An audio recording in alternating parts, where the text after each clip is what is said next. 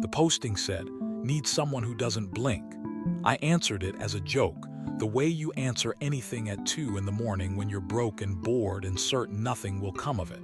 Something came of it in 4 minutes, not because of the joke, because of what happened on the call. He was testing microphones, not me, when he said the thing that was supposed to end the interview, the bad news. We've actually already filled this. And I said it back to him before he finished the sentence. Not a guess. I'd watched it arrive in his face the way weather arrives, the small pressure drop before the front. He stopped mid-word. Laughed once, not a nice laugh, hired on the spot. I've been reading rooms since I was 9.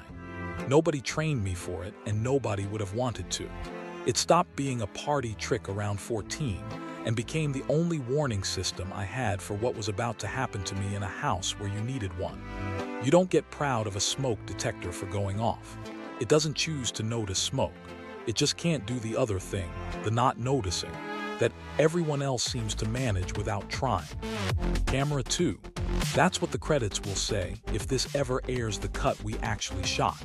Camera 2 doesn't cover what I did every night for 11 months, which was hold a lens on his face and move a quarter second before the room found out something. So the frame was already there, waiting when it happened. He knew I could see it coming.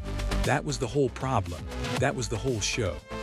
Backstage, there's a second monitor everyone calls the fishbowl, because of the way it curves the room into itself. It runs half a second behind the live feed. He watches his own face rebuild on a 4-frame delay while I watch him raw, from behind the glass, in real time. Some nights the studio runs so humid the edges fog before we're through the cold open. And for 1 frame, the fog and the delay line up wrong. What's smeared across the screen isn't his face catching up to itself. It's mine, thrown back at me from behind him, doubled over his shoulder like a second exposure nobody asked the camera to take.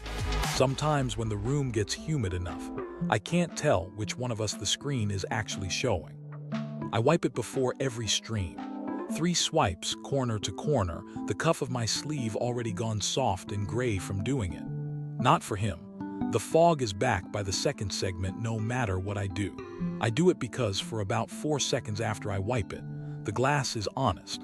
And for those 4 seconds, I'm the only person in the building who's seen it that way. Nobody decided out loud that the show stopped being his. There was no meeting about it. A brand's email came in addressed to me, him CC'd like an afterthought.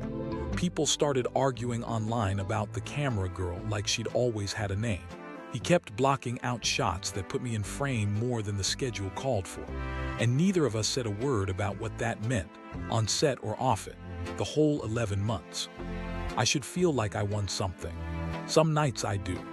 Most nights I'm back at the fishbowl in my head, replaying the second he understood what had happened to the shape of his own show, hunting his face for the flinch I know has to be in there somewhere, because it's always in there somewhere.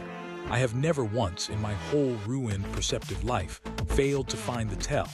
I still haven't found this one.